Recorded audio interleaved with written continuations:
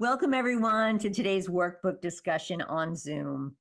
Welcome also to all who join us later by watching or listening to this recording. I'm Laura Fenimore, the Chief Development Officer and Volunteer Coordinator with the Foundation for Inner Peace, the scribe authorized publisher of A Course in Miracles. We really appreciate your partnership with the Foundation. And if you want to learn more about the Foundation or A Course in Miracles, please visit acim.org.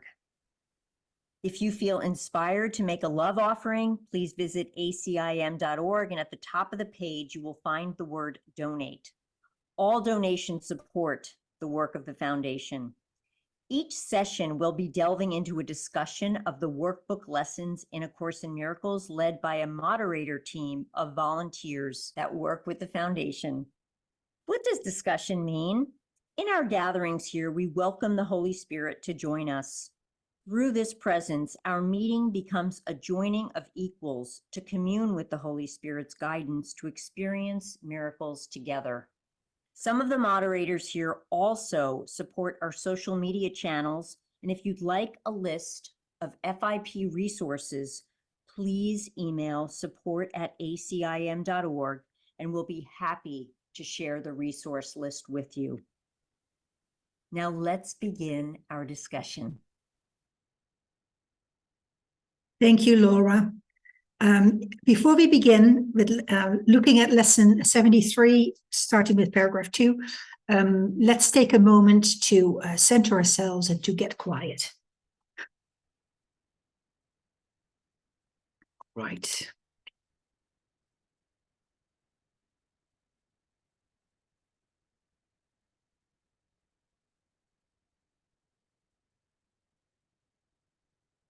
All right.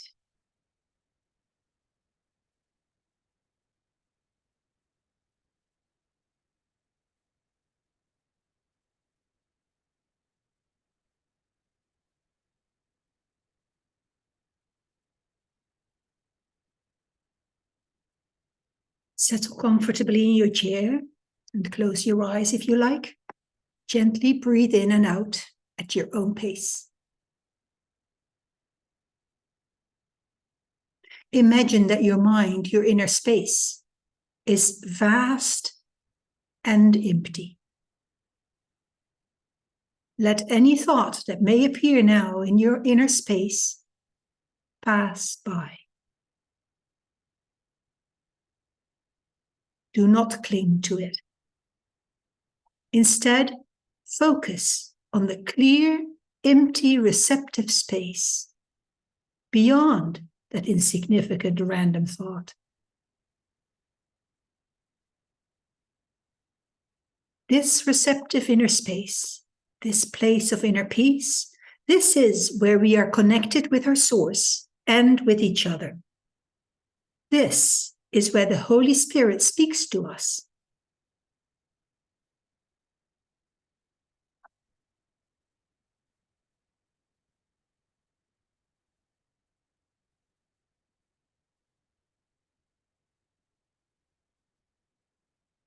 While we rest together in this receptive inner space, I will read the final paragraphs from chapter 21, section 1, The Forgotten Song. Listen and see if you can remember an ancient song you knew so long ago and held more dear than any melody you taught yourself to cherish since. Beyond the body, beyond the sun and stars, past everything you see, and yet somehow familiar, is an arc of golden light that stretches as you look into a great and shining circle. And all the circle fills with light before your eyes. The edges of the circle disappear, and what is in it is no longer contained at all. The light expands and covers everything, extending to infinity, forever shining and with no break or limit anywhere. Within it, everything is joined in perfect continuity. nor is it possible to imagine that anything could be outside, for there is nowhere that this light is not. This is the vision of the Son of God, whom you know so well. Here is the sight of him who knows his Father. Here is the memory of what you are, a part of this, with all of it within, and joined to all as surely as all is joined in you. Accept the vision that can show you this, and not the body. You know the ancient song, you know it well. Nothing will ever be as dear to you as is this ancient hymn of love the Son of God sings to his Father still. And now the blind can see, for that same song they sing in honor of their Creator gives praise to them as well. The blindness that they made will not withstand the memory of this song, and they will look upon the vision of the Son of God, remembering who he is they sing of. What is a miracle but this remembering? And who is there in whom this memory lies not? The light in one awakens it in all. And when you see it in your brother, you are remembering it for everyone.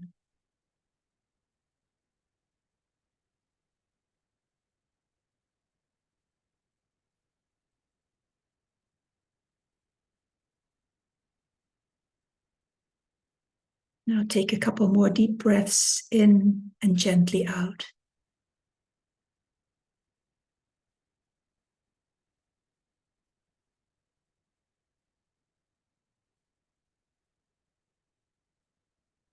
And then we'll return to this shared space.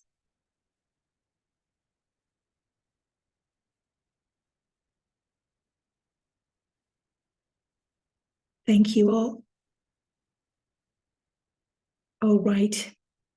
So we are studying lesson 73. Oh, wrong share. Stop share. Hold on. That's the wrong share. Wrong page.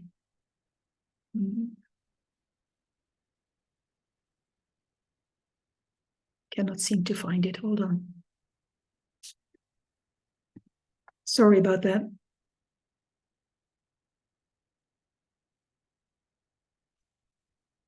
It is lesson 73, and we've come to paragraph 2, and I'd like to ask Megan and Andrew to read for us. We've read already the whole lesson, but just to get into the swing of things, I would like to ask them to read it again, the whole lesson, and take 2 paragraphs each, please. Go ahead. If Megan could begin. Lesson 73. I will there be light. Today we are considering the will you share with God. This is not the same as the ego's idle wishes, out of which darkness and nothingness arise. The will you share with God has all the power of creation in it. The ego's idle wishes are unshared and therefore have no power at all. Its wishes are not idle in the sense that they can make a world of illusions in which your belief can be very strong. But they are idle indeed in terms of creation. They make nothing that is real. Idle wishes and grievances are partners or co-makers in picturing the world you see. The wishes of the ego gave rise to it, and the ego's need for grievances, which are necessary to maintain it, peoples it with figures that seem to attack you and all, and call for righteous judgment. These figures become the middlemen the ego employs to traffic in grievances. They stand between your awareness and your brother's reality. Beholding them, you do not know your brothers or yourself. Your will is lost to you in this strange bartering, in which guilt is traded back and forth, and grievances increase with each exchange. Can such a world have been created by the will the Son of God shares with his Father? Did God create disaster for his Son? Creation is the will of both together. Would God create a world that kills himself? Today, we will try once more to reach the world that is in accordance with your will. The light is in it because it does not oppose the will of God. It is not heaven, but the light of heaven shines on it. Darkness has vanished. The ego's idle wishes have been withdrawn.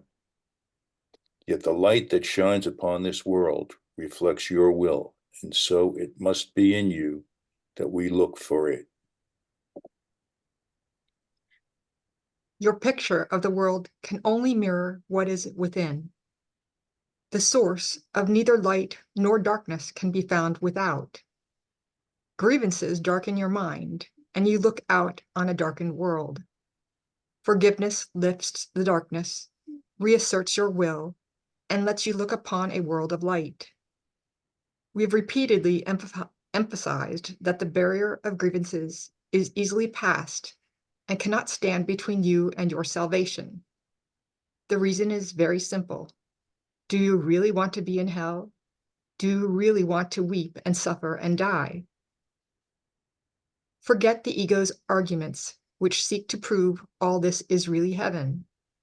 You know it is not so. You cannot want this for yourself. There is a point beyond which illusions cannot go. Suffering is not happiness, and it is happiness you really want.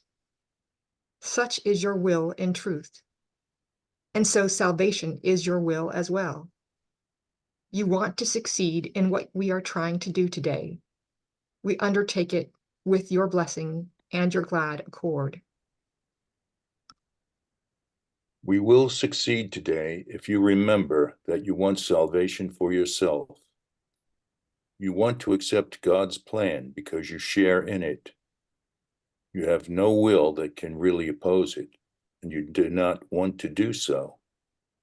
Salvation is for you. Above all else, you want the freedom to remember who you really are.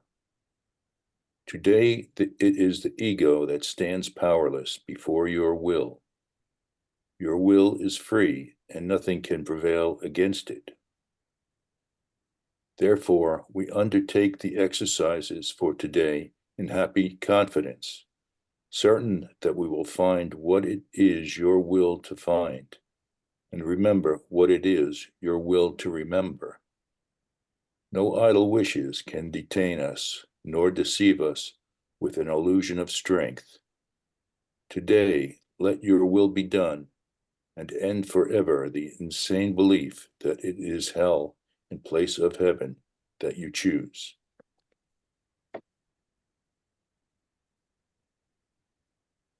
We will begin our longer practice periods with the recognition that God's plan for salvation, and only His, is wholly in accord with your will.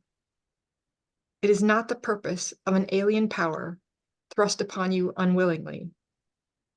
It is the one purpose here on which you and your Father are in perfect accord. You will succeed today, the time appointed for the release of the Son of God from hell and all from idle wishes. His will is now restored to his awareness. He is willing this very day to look upon the light in him and be saved. After reminding yourself of this and determining to keep your will clearly in mind, tell yourself with gentle firmness and quite certainty, I will there be light. Let me behold the light that reflects God's will in mine. Then let your will assert itself, joined with the power of God and united with yourself. Put the rest of the practice period under their guidance. Join with them as they lead the way. In the shorter practice periods, again, Make a declaration of what you really want to say. I will there be light. Darkness is not my will. This should be repeated several times an hour. It is most important, however, to apply today's idea in this form immediately you are tempted to hold a grievance of any kind. This will help you let your grievances go instead of cherishing them and hiding them in darkness. Thank you both. That was very well read, very clearly read. Before we turn to paragraph 2, I'd like to ask if anyone would like to comment on the lesson as a whole, or perhaps comment on something that was said last week about idle wishes. That was the subject of paragraph 1. So raise your hand if you'd like to share. Okay, I don't see any hands, so I'll share a screen again, and we'll look at paragraph 2. I'll read it so we all know where we are exactly. Paragraph 1 was about idle wishes. Go ahead. All right, I thought somebody was wanting to share, but it's a random noise. Okay. All right. Paragraph 1 said that idle wishes cannot be shared, and they are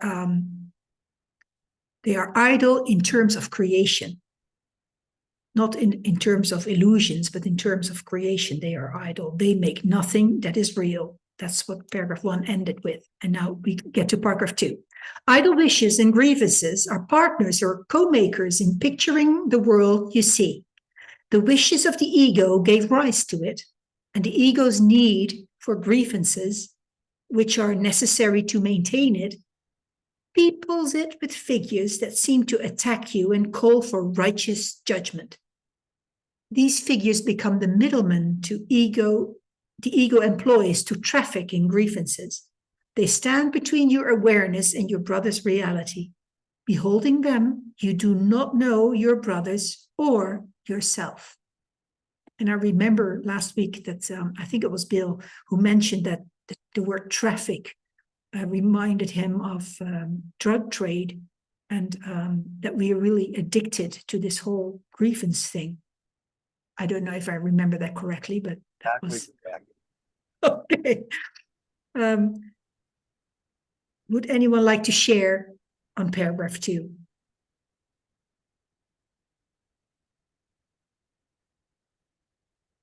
Megan, go ahead. Okay, so it's sort of course-minded. I've been attending Tony Robbins' free Time to Rise summit, and he says that we have an addiction to problems, and so I'm seeing that right here, which is that our problems are idle wishes for things that to be where we are not, to either have what we do not have, to be who we are not, to attain what we have not attained, or to just simply what is it? He said people were working, and then in 2020 when COVID hit, they were sent home, and they used to be at work saying, I wish I was home, and then they were home and they weren't happy.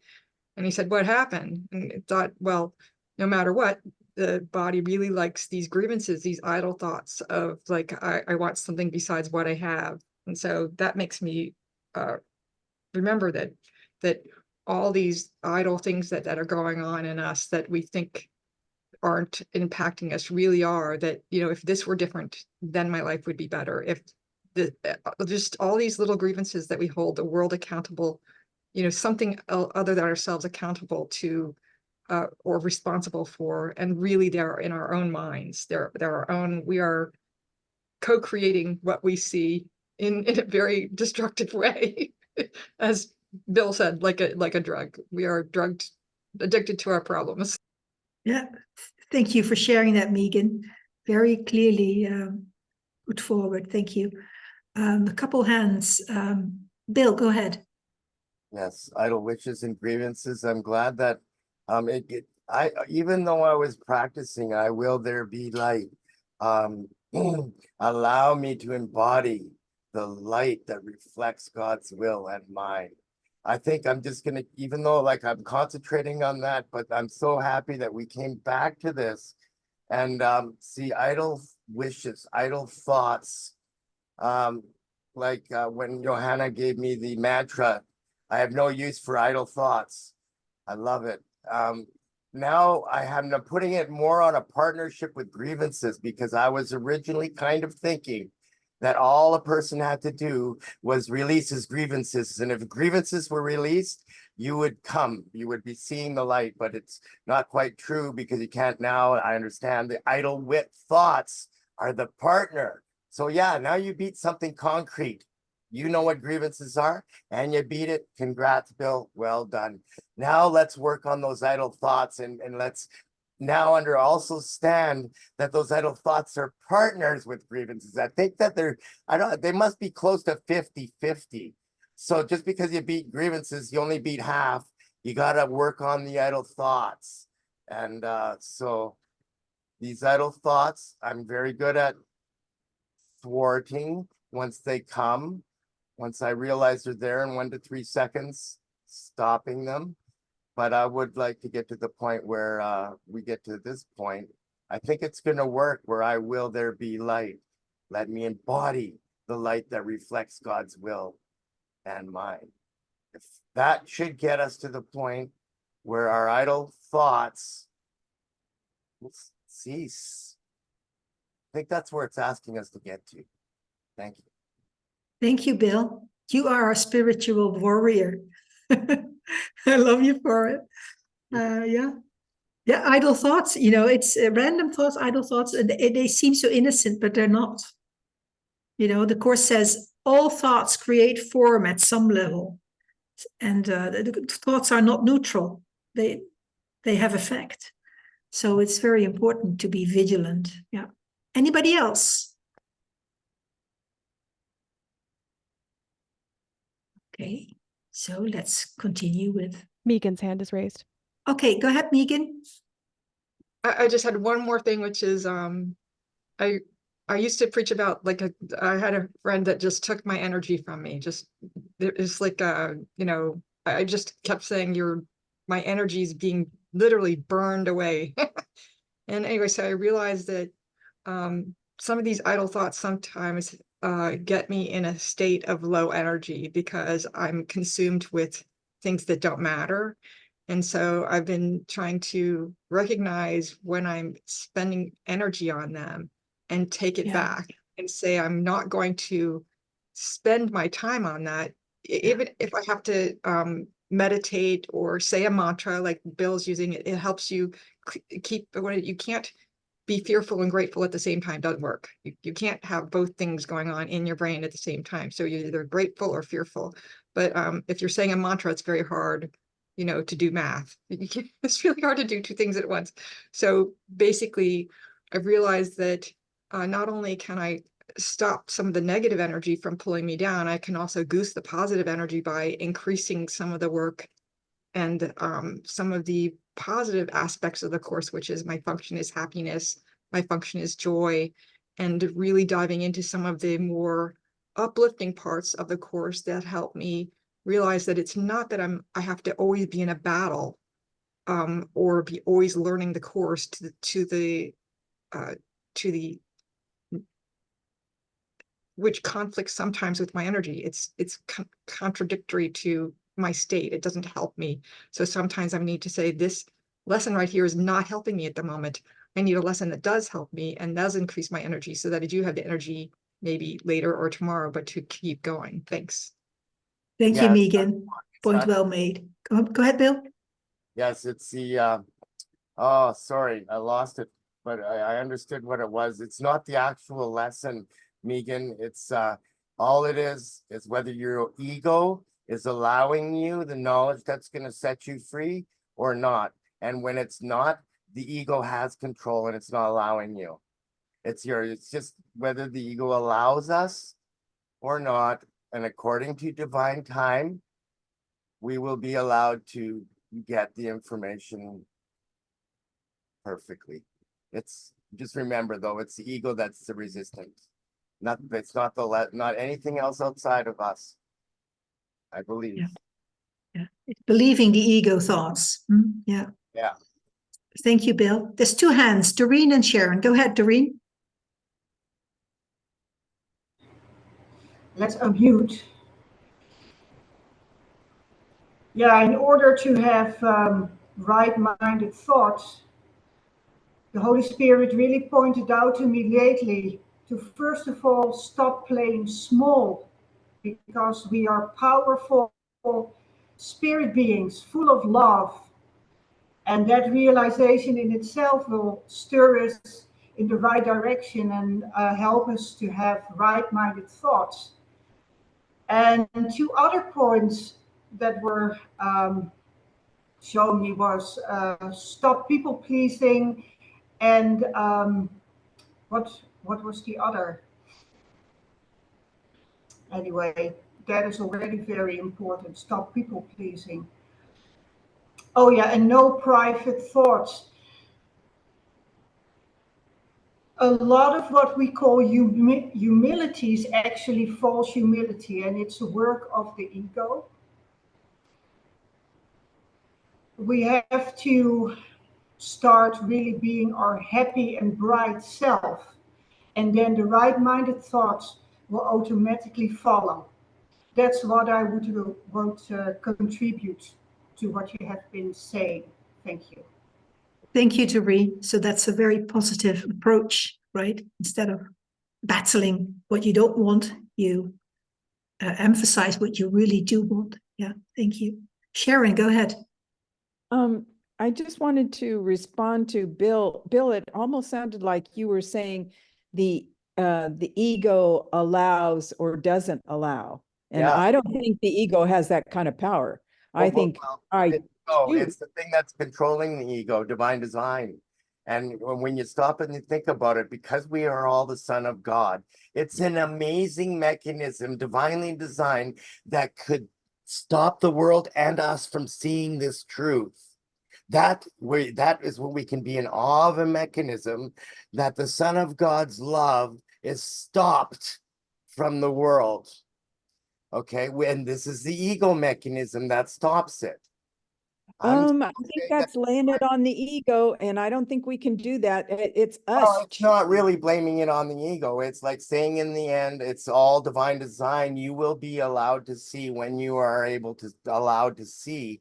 But the ego is the mechanism that's stopping you, but it's the machine or the creator that controls the ego and the divine design. I don't know how to think about it. I try not to think about it. It's beyond, but yeah, the ego, it just reminded me. It reminded me a little bit of there was an old comedian long years and years ago. He used to say, "The devil made me do it." Yeah. And sometimes I think we can, say, "Oh, the ego made me do it," but we always have choice. We always have. Made me do it. Yeah, nobody makes me do anything. I choose. Yes. And when you choose right, that was divinely designed, that at that time you would choose right. And was that therefore then a choice? That would be a question, really. But it doesn't come into divine design and perfect creator theory. Well, the thing is, though, that divine design is that's a term that you use often, yes. And it sounds beautiful. But the thing is, I'm not really sure what the parallel would be in course terms. Would that be salvation? Yeah, well, yes, salvation is inevitable. It's already happened. Okay? It has already happened. Okay, that's what you mean. Yeah. It's inevitable. And so, but then all the stuff between then and the illusion is divinely designed.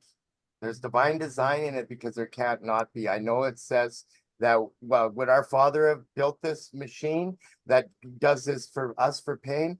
No, he built us and we built the machine, and he's showing us how to get out of the machine. And so we are part of the divine design, and anything that we would design, in this case, the corporeal plane, is within the divine design, because we are the children of a perfect divine design, and a perfect child of a perfect being could not create imperfection. So no matter how, even if it's true, he didn't do it, but we did, it's still under the divine design Yeah, there. That's the best I can say. Yeah, it's a sort of circular reasoning there. Yeah. And and it's the dichotomy of we're in a dream and what we are experiencing isn't real, and yet to us it is real. So that's And yet there is divine design in it. well, divine there is a divine plan. There is salvation. Yes. Yes. And the course says the script is written when it talks about the plan for salvation, and it has already happened, like you said. Yeah. And we're just reliving an old memory. It's very depressing if you think about it that way. No, I know if you look at it like that, but then if you stop and you feel what the manifestation you're being able to witness now, being in the moment, it's worth being on this world, because it shows us when we're open by not being attackful, and we have arrested of our frivolous thinking. Like, yeah, arrested it. Yeah, we've been vigilant. Yeah, I understand. There's two hands, Peter and Megan. Go ahead, Peter. Boy, I appreciate the discussion. The only thing that comes to mind is, salvation has not already happened. The world never happened. So if the world never happened, there was never a need for salvation, if you really want to get technical about it. So, and the course does say this world was over long ago. It says it only lasted for an instant. And we have weekly discussions about it. We have a 1,200-page treatise called The Course in Miracles about something that never happened. I just find it really interesting. But I'm really grateful to be on this journey with you guys. I love you guys. Thank you. For real. Love you too, Peter. Yeah, goes both ways, Peter. Okay, two more hands, Megan, and then Kim. Go ahead, Megan. Love you too, Peter. Just want to say that. Okay, so something I posted from the course, what I was reading today was, the mind can make the belief in separation very real and very fearful, and this belief is the devil. So it's the belief that we are separate, so if the devil made us do it, it's the beliefs that we're separate, and then therefore our ego, then we put the separation makes our ego in charge. So when we start recognizing that our ego is a choice, we choose the ego or God, that's when we have the ability to choose. But I think sometimes when Bill says stuff, everything is divinely created, it is a general statement that is true, which is that we are all aiming in the right direction. God did this creation will end with God, or it will never end. That's just where it's going to go. And so whatever happens is divine. We can live in divinity here on earth, when we let the ego down, let the ego drop, and we go God's way. Thanks. Thank you, Megan. Yeah. Go ahead, Kim. Hey.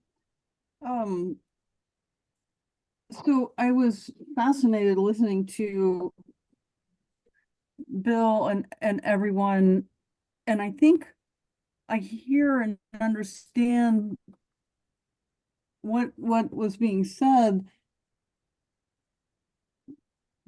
And so, okay, so I'm old school unity. I don't do it anymore, but right, that's probably, we all have a similar path to getting where we are now.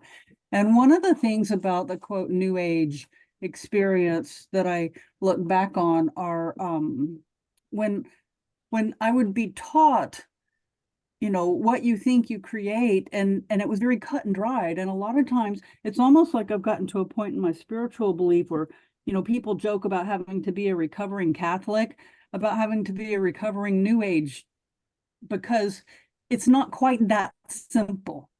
And when you tell someone negative experiences that you created, and kind of leave it at that, feels like blame, right? It's hard not to walk away from that going, well, something's wrong with my thinking. And so I'm not doing it right or whatever. And so listening to you, Bill, it's what I was getting. I agree with you, but I think I have different language. so there's a reason that God doesn't just give us all good all the time, right? I mean, if he's omniscient, omnipresent, omnipotent, but he chose to give us free will. And I think what I agree with that Bill was saying is that part of what we chose to do with our free will was create a construct where we have stuff to learn to be better and better spirits, more evolved, more loving, more compassionate, whatever those things are. And so the ego can be one of the things that prevents enlightenment. And it doesn't have to be quite so simple and cut and dried as, oh, but no, the ego has no control. I do. I think each and every one of us still has struggles in our lives, even though we're working the course and we understand the ego and that if we were a little more evolved, we would stop experiencing. I don't know if that's making any sense, but I think there's more to it than just the ego can't make me do anything. I'm in charge. My beliefs create my reality.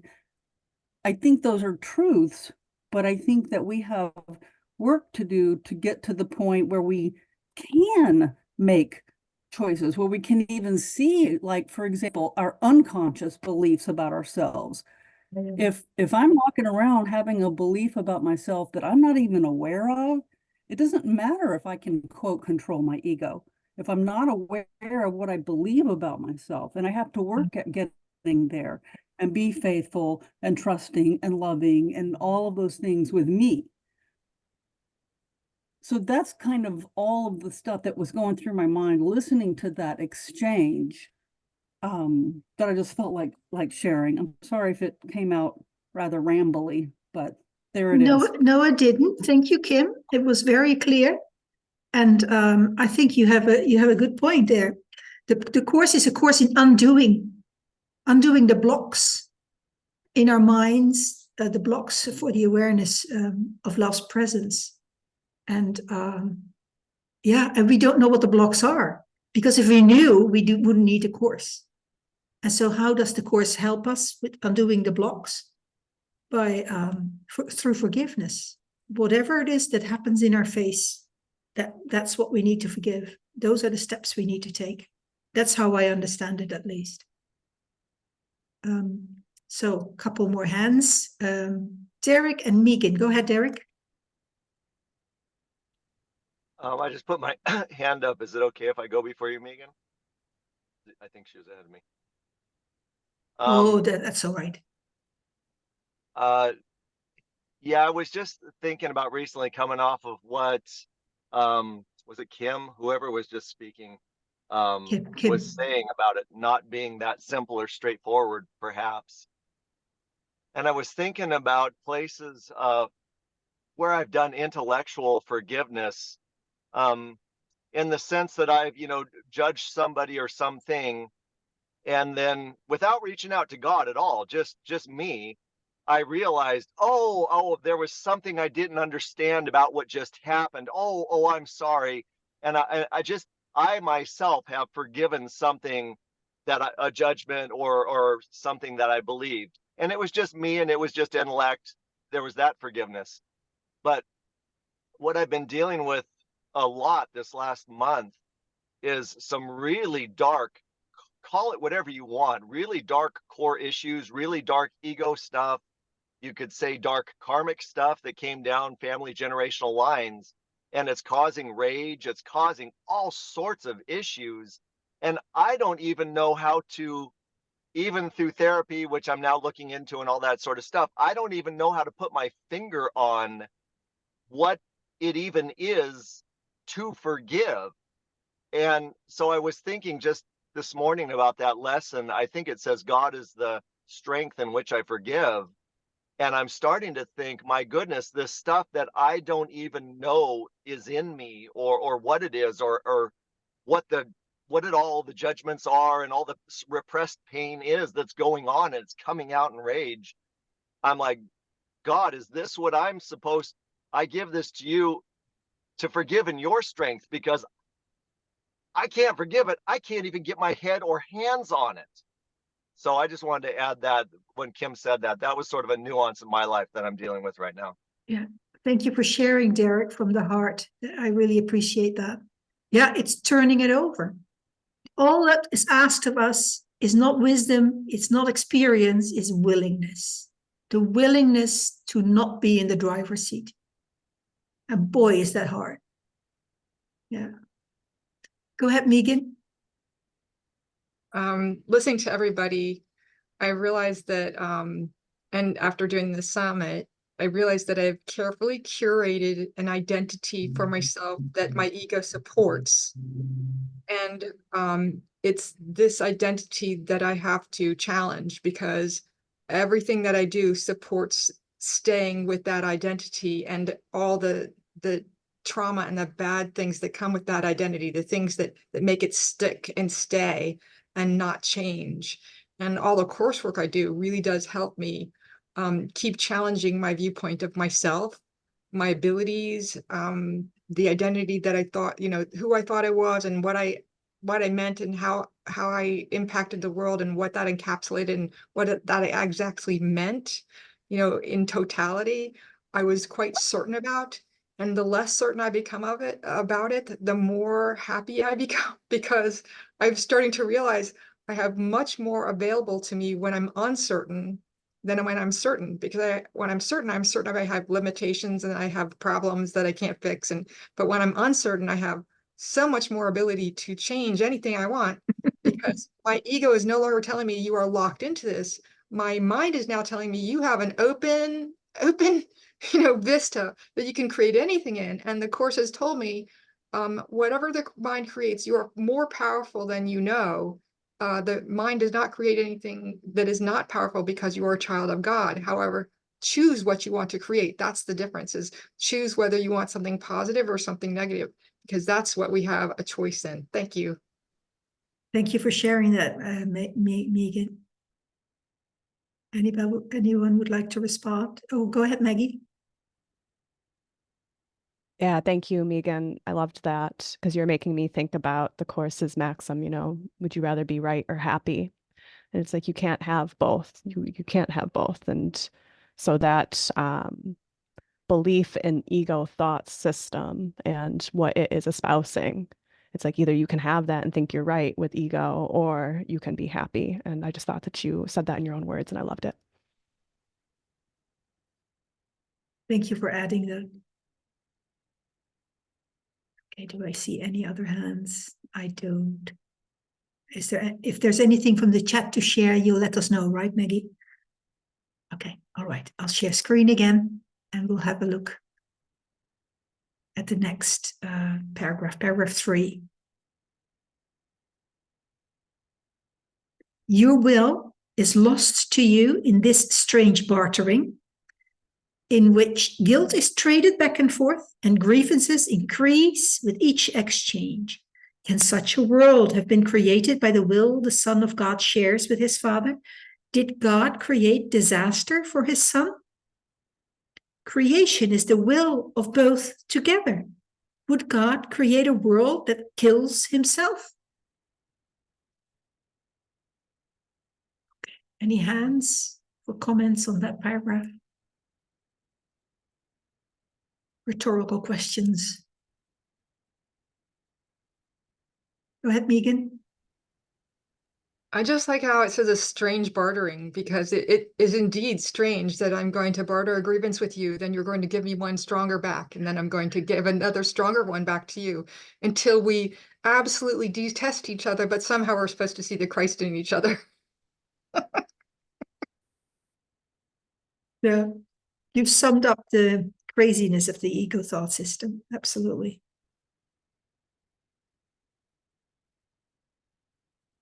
All right. Okay, let's continue with the, oh, Andrew, okay.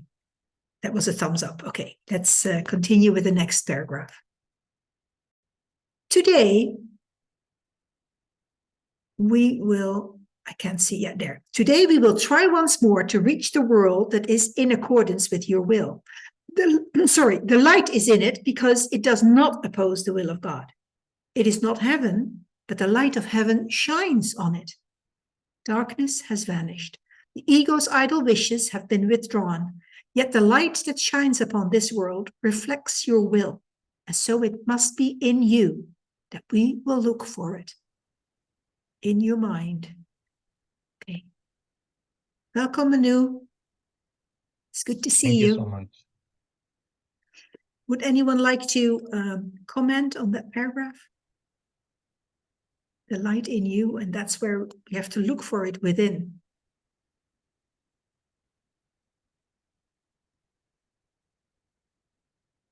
I just find it hard to understand exactly what the light is. You know, because light we see with our eyes, but this is a light that we see. Yeah, it is a metaphor.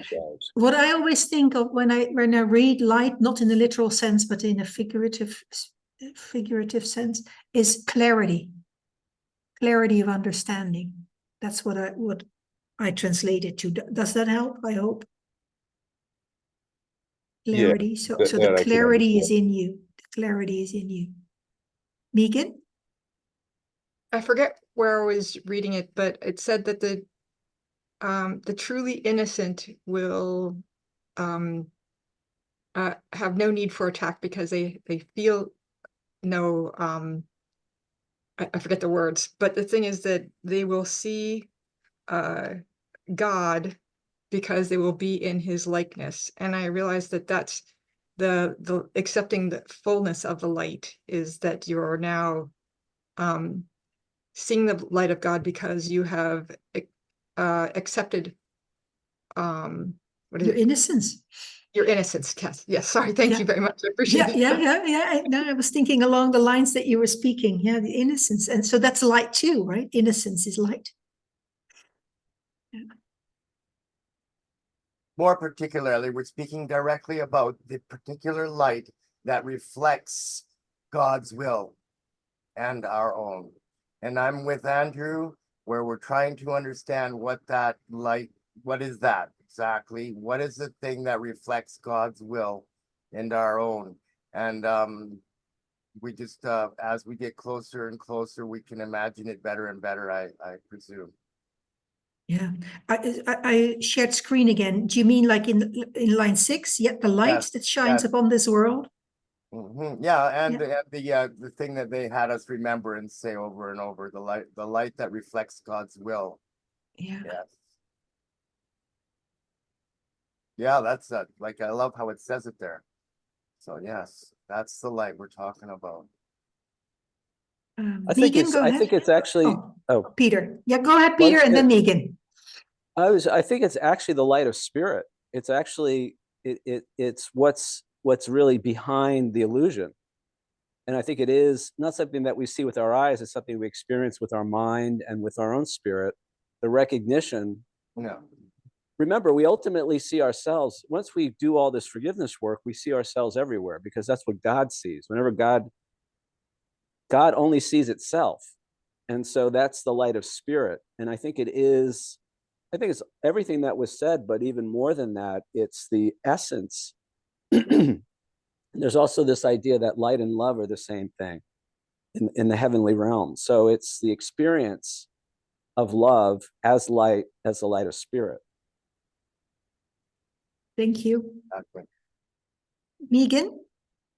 Pointedly towards Andrew and Bill, that I remember the questions of, do you hear God in your head? And lots of people said no, they experience stuff. And the same thing goes with the light of God, which is that when we talk about the light of God from our physical plane, from the illusion, we cannot fathom it because God is unfathomable. We cannot know it because the true form of God is unknowable in this illusion. Until we advance, we will not be able to understand, although the Course really does attempt to get at every direction to try to explain it to you in the language that we speak so that we can understand. Thanks. Exactly. Yeah. Thank you, Megan. That's very valuable to point that out. So, there's stuff that we cannot understand. We'll have to accept it. Or it will become a block. Okay. Maggie, Yeah, go ahead. Thank you, Megan. I hadn't seen it yet. Sorry, I'm falling down on the job here. Sorry. That's okay. Megan took over for you. Yeah. I just had a brief, I was appreciating the conversation just about what does the word light even mean in the course. Because I've heard this discussed before, and I always hear a lot of different thoughts that I find helpful. And so I heard some just now too. And I just wanted to share something that it always means to me.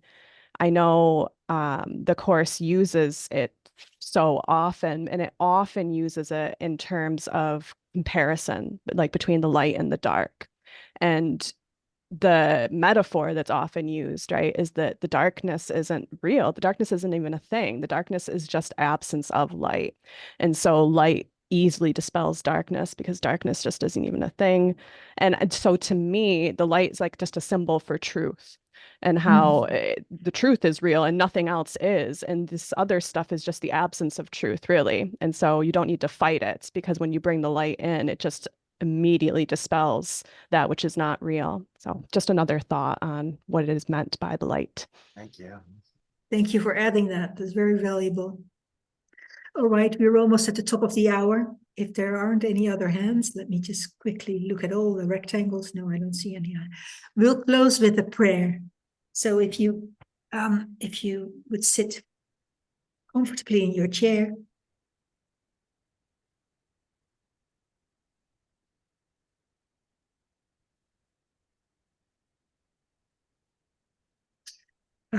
This is from the essay, What is the Real World, from the Workbook.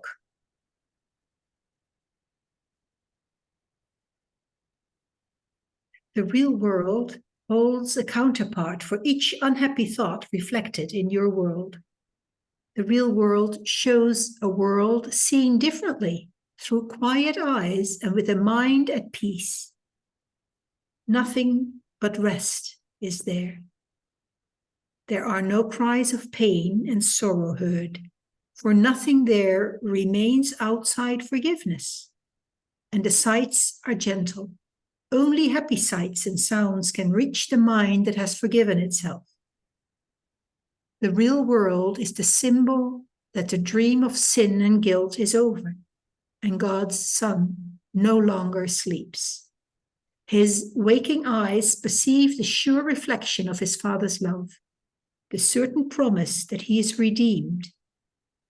The real world signifies the end of time. The Holy Spirit has no need of time when it has served his purpose. Now he waits but that one instant more for God to take his final step, and time has disappeared, taking perception with it as it goes, and leaving but the truth to be itself. That instant is our goal, for it contains the memory of God. And as we look upon a world forgiven, it is he who calls to us and comes to take us home, reminding us of our identity, which our forgiveness has restored to us. Amen.